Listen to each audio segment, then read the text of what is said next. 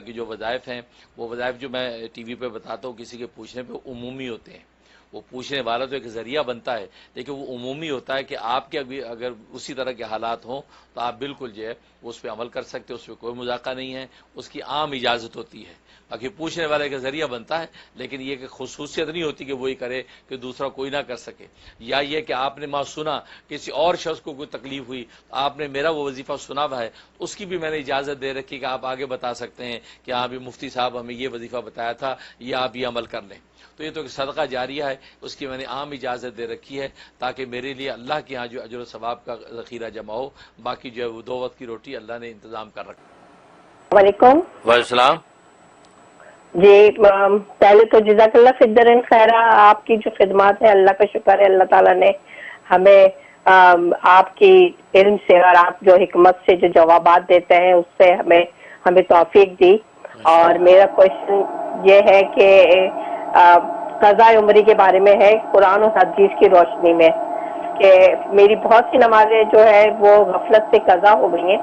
تو اب میں جو قرآن اور حدیث میں تو اختلاف ہے, مطلب لوگ کہتے ہیں کہ اس میں نہیں آیا ہے نماز قضا عمری کا حکم نہیں ہے, لیکن ہم کیونکہ فقہ حنفی کو فالو کرتے ہیں تو اس کے حساب سے ہمیں اپنی قضاء عمری کیسے ادا کرنی ہے, کیونکہ بہت سے لوگوں میں یہ اختلاف ہے کہ قرآن میں اور حدیثوں میں. ماشاءاللہ ماشاءاللہ, بہت شکریہ بہت شکریہ. اللہ تعالیٰ آپ کو برکت عطا فرمائے. آپ نے میری جو علم کی اور میری حکمت کو اپریشیٹ کیا ہے, اللہ واقعی مجھے علم و حکمت عطا فرما دے. وَمَن یُؤْتَ الْحِکْمَةَ فَقَدْ أُوتِیَ خَیْرًا کَثِیرًا. قرآن نے کہا کہ جس کو حکمت عطا کر دی جاتی ہے اس کو خیر کثیر عطا کر دیا جاتا ہے. اللہ یہ خیر کثیر مجھے نصیب فرمائے اور واقعی علم صحیح اور علم نافع سے جو ہے مجھے منور فرمائے اور آپ کی محبت کو قبول و منظور فرمائے. باقی آپ نے سوال بڑا اچھا کیا کہ قضاء عمری کا کیا طریقہ ہے, کس طرح کرنی ہے. ہم حنفی ہیں, لہذا حنفی جو فقہ کے مطابق اس کا طریقہ کار کیا ہے. جو آپ نے بتایا کہ لوگ اختلاف کرتے ہیں, بعض کہتے ہیں کہ قرآن حدیث میں قضاء عمری کا کہیں نہیں آیا, لہذا جو ہے وہ قضا کرنے کی ضرورت نہیں ہے. وہ یہ کہتے ہیں. پہلی بات تو یہ کہ اصل میں وہ نادانی کر رہے ہیں, ان کو کوئی مغالطہ لگ گیا, انہوں نے یہ بات کر دی ہے. حالانکہ ایسا نہیں, یہ تو قرآن و سنت ہی کا حکم ہے. بلکہ جو ہے سیاہ ستہ میں امام بخاری جیسے آدمی نے باب ہی قضا نمازوں کا باندھا ہے اور اس کا باب کا نام رکھا باب قضاء الفوات, فوت شدہ نمازوں کی قضا کرنے کا باب. یہ باب کا عنوان یہ باندھا اور اس کے تحت جو ہے اس کے تحت حدیث وہ لائے کہ غزوہ خندق کے موقع پر نبی کریم صلی اللہ علیہ وسلم کی نمازیں قضا ہو گئی تھیں. 5 نمازیں قضا ہو گئیں اس جنگ کی تیاری میں, خندقیں بنانے میں 5 نمازیں قضا ہو گئی. اور آپ کو بہت اس کا صدمہ اور افسوس کہ یہ ان ظالموں کی وجہ سے ہماری نمازیں قضا ہو گئیں. تو پھر آپ نے ان نمازوں کو قضا کیا, ان 5 نمازوں کی جو ہے باری باری سب کو قضا کیا گیا. تو اس پر یہ باب عنوان محدثین نے باندھا باب قضاء الفوات, فوت شدہ نمازوں کی قضا کرنے کا باب. تو گویا کہ اشارہ کر دیا کہ فوت شدہ نمازوں کی قضا کرنا ضروری ہے, کرنی ہے. تو یہ تو, اور پھر نبی پاک صلی اللہ علیہ وسلم نے خود کر کے دکھائیں. تو کیا نبی پاک صلی اللہ علیہ وسلم وقت دیکھتے کہ جو نمازیں فوت ہو گئی ہیں تو لہذا ان کی قضا وضع نہیں ہے, تو نبی نے کیوں پڑھی؟ آپ نے باقاعدہ اسی طریقے سے جو ہے ان کو باجماعت پڑھی, جیسے وہ فرض ہوئی تھی اسی طرح باجماعت پڑھی. ٹھیک ہے نا. اس لیے تو پوری حدیثیں موجود ہیں.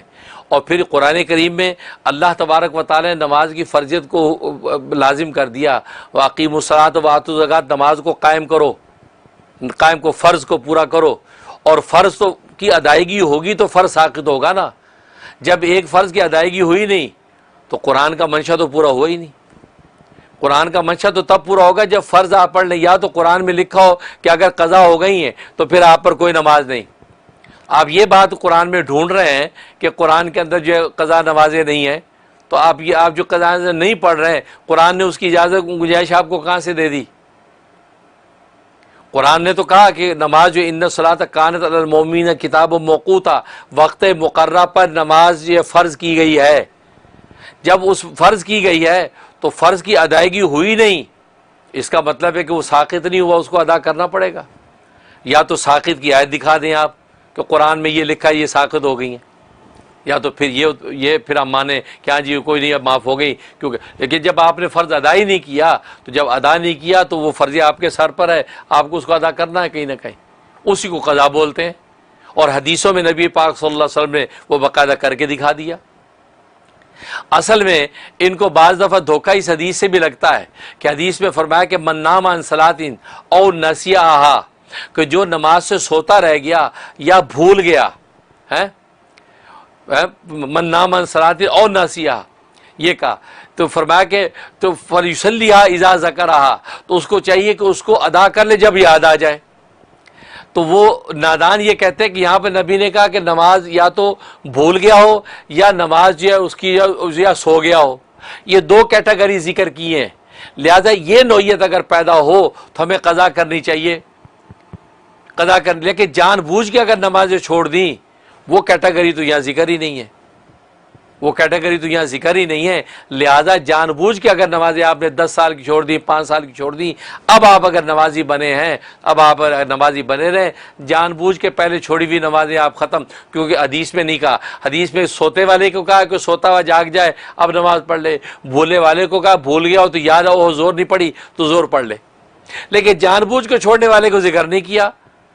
تو یہ مغالطہ غالباً ان کو یہاں سے لگتا ہے اور یہ حدیث پیش کر کے دھوکہ دیتے ہیں۔ اس کا جواب یہ ہے کہ اصل میں نبی کریم صلی اللہ علیہ وسلم نے یہ جو بیان فرمایا کہ من نام عن صلاۃ اور نسیہا، جو نماز سے سو گیا یا بھول گیا، فلیصلیھا اذا ذکرھا، اس کو چاہیے فوراً پڑھ لے نماز، یعنی پڑھنا واجب نماز اس کے لیے جب یاد آ جائے۔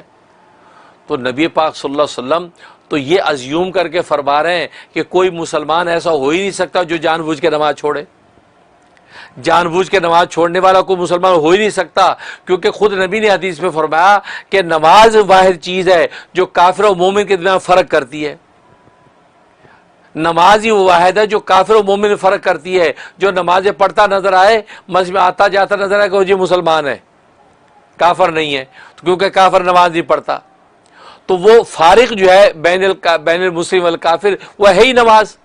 تو نبی کیسے یہ ایکسپیکٹ کر سکتا ہے کہ کوئی مسلمان جان بوجھ کے نماز چھوڑے، یا صحابہ کے دور میں کوئی ایسا شخص ہو جو جان بوجھ کے نماز چھوڑتا ہو؟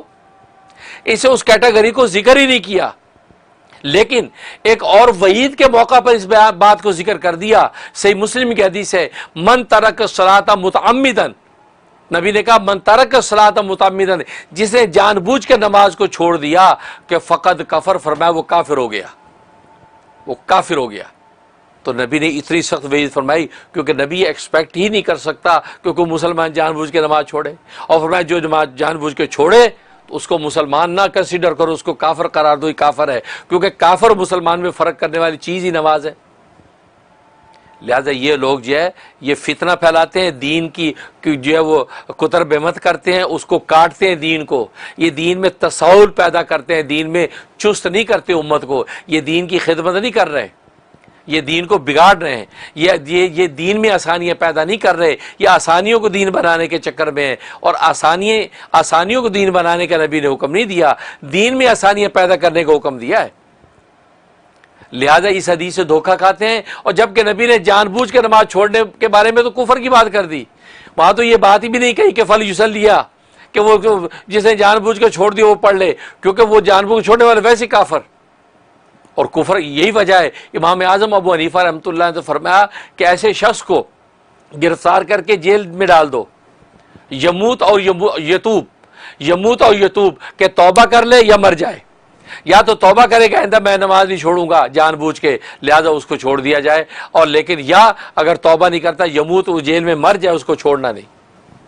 اور امام مالک فرماتے ہیں جسے جان بوجھ کے نماز چھوڑ دی فقط قتل، اس کو قتل کیا جائے گا، اس کو قتل کر دیا جائے گا، کیونکہ اس نے نماز چھوڑ دی جان بوجھ کے، تو النبی نے جو کہا کافر ہو گیا، اس کا مطلب یہ مرتد ہو گیا ہے، اور مرتد واجب القتل ہوتا ہے۔ تو آپ کہاں پھر رہے ہیں بھائی؟ یہ تو نماز جان بوجھ کے چھوڑنے کی تو اتنی سخت وعیدیں ہیں، اور آپ اس حدیث سے دھوکہ کھا رہے ہیں۔ وہ تو نبی نے یہ ایکسپیکٹ ہی نہیں کر رہا کہ کوئی شخص جان بوجھ کے نماز چھوڑے گا، اس لیے یہ بہت بڑا دھوکہ ہے کہ قرآن حدیث میں حکم نہیں۔ قرآن حدیث سے ثابت ہے بھائی کہ قضا نمازیں پڑھنی ہیں، آپ نے قضا عمری کرنی ہے، روزے قضا کر دی وہ کرنے ہیں، اب رہا اس کا طریقہ کیا ہے، وہ اب طریقہ آپ سمجھ لیجئے۔ اس کا طریقہ یہ ہے کہ آپ جو ہے حساب لگائیں گی زندگی کی نمازوں کا، زندگی کی نمازوں کا آپ حساب لگائیں کہ بھئی 10 سال کی نمازیں فوت ہوئی ہیں، 2 سال کی ہوئی ہیں، وہ لگا لی آپ میں سے 5000 نمازیں بن گئی ہیں آپ کی، 5000 فجر، 5000 ظہر، 5000 عصر، 5000 مغرب، 5000 عشاء، 5000 نمازیں مثلا بن گئی۔ اب آپ جب نماز پڑھنے لگیں گی فجر کی قضا، تو نیت کریں گی کہ یا اللہ 5000 جو فجر کی نمازیں میری قضا ہوئی ہیں اس میں سے پہلی کی قضا کرتی ہوں، یہ کہہ کہ اللہ اکبر آپ یہ پڑھیں گے۔ یا یہ کہ جب پہلی پڑھ لی اب دوبارہ جب آئی تو پھر کہ یا اللہ دوسری کی پڑھتی ہوں، پھر دوسری قضا کرتی ہوں، پھر تیسری کرتی ہوں، اسی طرح کاؤنٹی کرتی جائیں۔ اور یا پھر یوں کہیں کہ یا اللہ جو باقی رہ گئی ہیں اس میں سے پہلی کی قضا کرتی ہوں، پھر کہ یا اللہ جو باقی رہ گئی اس میں سے پہلی کی قضا کرتی ہوں، 495 رہ گئی ان میں سے پہلی کی قضا کرتی ہوں، 494 رہ گئی اس میں سے پہلی کی قضا کرتی ہوں۔ اس طریقے سے قضا کرے گی۔ اگر اس طریقے سے قضا نہیں کی کہ ایسٹیمیٹ لگا کے اور پھر اس طریقے سے اگر نہیں کی تو امام جساس ابوبکر جساس رحمۃ اللہ علیہ کا فتویٰ ہے کہ آپ کی قضا عمری ادا ہی نہیں ہوگی۔ اس مسئلے کو نوٹ کر لیں۔ بہت سے لوگ کہتے ہیں جی اللہ اکبر قضا عمری، یعنی فجر سے فارغ ہوئے کھڑے ہو گئے اللہ اکبر ایک قضا عمری، ظہر میں پڑھے اللہ اکبر ایک قضا، کوئی ایسٹیمیٹ تو لگایا نہیں آپ نے، بس ایسے پڑھے جا رہے ہیں جی بس، نہیں، ایسے ادا نہیں ہوتی آپ کو ایسٹیمیٹ۔ اور ایسٹیمیشن کی بات ہو رہی ہے، ایکوریشن کی تو بات نہیں ہو رہی۔ بہت سے کہتے ہیں یار اب کیسے پتہ چلے گا کتنی، بھائی ہم بھی ایسٹیمیشن کہہ رہے ہیں، ایکوریشن تو نہیں کہہ رہے۔ بھائی آپ ایسٹیمیشن لگائیں، اندازہ لگائیں کہ یار میں کالج میں تھا، نمازیں میں نے 1 سال پڑھی تھیں، اس کے بعد جاب میں آ گیا، یہ کرتے کرتے آپ اندازہ لگائیں یار لگتا ہے 6-7 سال کی نمازیں میں نے نہیں پڑھی، 7 سال مثلا 7 سال کی نمازیں۔ اب 7 سال میں فجر زور کتنی بنتی ہے آپ حساب لگائیں۔ پیسے کا حساب تو روز لگاتے ہیں، یار نمازوں کو بھی لگا لو، اس لکھنے میں کیا پتہ نجات ہو جائے، اس فکر پر نجات ہو جائے، تو لگا کے اب آپ کریں۔ تو کیلکولیشن کی بات ہوئی، آپ ایسٹیمیشن ہے تو ایسٹیمیشن کر کے اب آپ شروع کریں۔ ایکوریشن کی بات نہیں ہو رہی یار ہم کیسے پتہ لگائیں ایکوریٹ کہ کب ہوا۔ اور مزے کی بات فقہ نے مسئلے حل کر دیے ہیں کہ اگر لڑکی ہے، عورت ہے، تو اپنی بلوغت 13 سال سے شمار کرے گی۔ اگر بلوغت کا پتہ نہیں کہ میں 12 سال میں بالغ ہوئی تھی یا 13 میں، تو 13 سال تو 13 ایئر سے اپنی نمازوں کا وجوب شمار کرے گی۔ اور اگر لڑکا ہے مرد ہے تو 15 سال 15 ایئر سے اپنا بلوغ جو ہے اپنی جو فرضیت نماز کی جو اپنے اوپر کرے گا۔ تو بڑا آسان ہے۔ تو یہ ایسٹیمیشن کرنے کے بعد اب آپ کریں۔ ایسے روزے ہیں، آپ سمجھے کہ اتنے سال کے روزے میں نے نہیں رکھے تو حساب لگا کہ اب کہے کہ میں پہلے رمضان کے روزوں کی پہلا روزہ، پھر دوسرا، تیسرا، پھر دوسرا رمضان، اس طرح قضا۔ تو یہ قضا عمری کا طریقہ ہے، اس کو اچھی طرح پلے باندھ لیں۔ اس میں بہت لوگ غلطی کرتے ہیں اور ہمیں بار بار پوچھتے ہیں جی قضا عمری کا طریقہ کیا ہے، بتاتے ہو کہتے جی وہ اچھا وہ کیسے ایسٹیمیشن کریں۔ بھئی ایسٹیمیشن ہی کی بات ہم کر رہے ہیں، ہم کون سا ایکوریشن کی بات کر رہے ہیں۔ تو ایسٹیمیشن لے کر لگانا ضروری ہے۔ اگر نہیں لگایا، میں نے بتایا یہ تحری جس کو کہتے ہیں، یہ تحری بہت ضروری ہوتی ہے۔ چاچا آپ دیکھا نا قبلہ، اگر آپ کو جب آپ کا وہ ہو گیا گم ہو گیا قبلہ کدھر ہے تو آپ کو تحری واجب ہے۔ آپ ایک دفعہ کو سوچیں یار ادھر ہے، اندازہ لگتا ہے ادھر ہے، اللہ اکبر، بھلے غلط ہو نماز صحیح ہو جائے گی۔ تحری آپ پر کہ آپ مکلف ہیں، اسی طریقے سے آپ اس تحری کے مکلف ہیں۔ ایسٹیمیشن ایپ لگا کے اب آپ شروع کر دیں۔ تو یہ اور سب سے آسان طریقہ میں بتایا کرتا ہوں، ہر وقتی نماز کے بعد جو ہے آپ ایک قضائی نماز پڑھ لیں۔ فجر کی نماز سے فارغ ہوئے اللہ اکبر کھڑے ہو کے ایک فجر پڑھ لیں، زور کی نماز سے فارغ اس کے بعد ایک زور قضائی پڑھ لیں۔ تو ہر ادائی کے ساتھ ایک قضائی پڑھتے جائیں، روز کی 5 قضا نمازیں ہوتی جائیں گی۔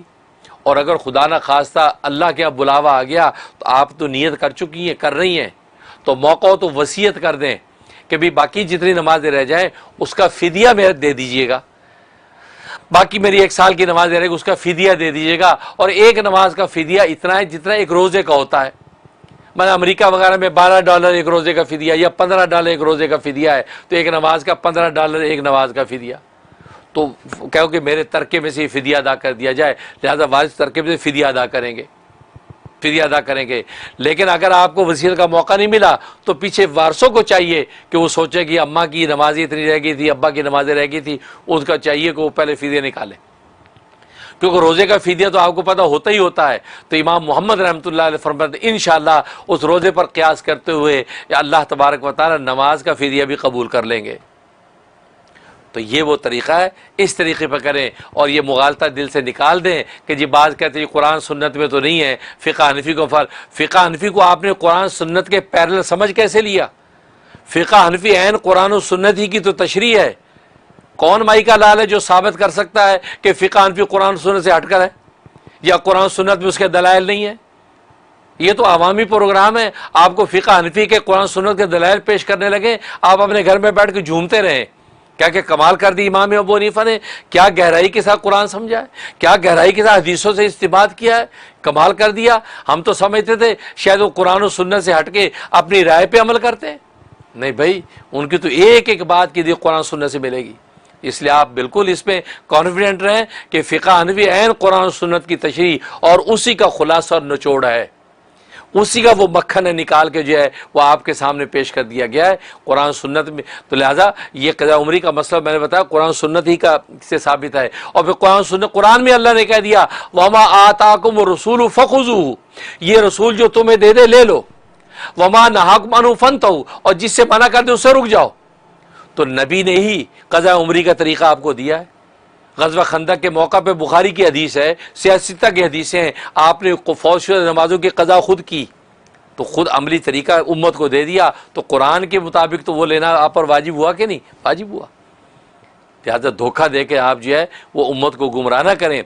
جو لوگ ایسا کرتے ہیں اللہ تبارک و تعالیٰ ان کو ہدایت عطا فرمائے، ایمان کے نور سے ان کو مالا مال فرمائے، اور خاص طور پر فقہ حنفی کے اندر جو اللہ تبارک و تعالیٰ جو علمی استدلال کی طاقت رکھی ہے وہ ان پر اگر واشگاف ہو تو پھر اللہ تبارک و تعالیٰ ان کے لیے ہم ہدایت کی دعا کریں گے کہ اس فقہ حنفی کے ساتھ پیار بھی کریں اور اس کی پیروی بھی کریں تو پتہ چلے گا کہ قرآن سنت پہ عمل کا لطف کیا آتا ہے۔ اللہ قبول، آمین یا رب العالمین۔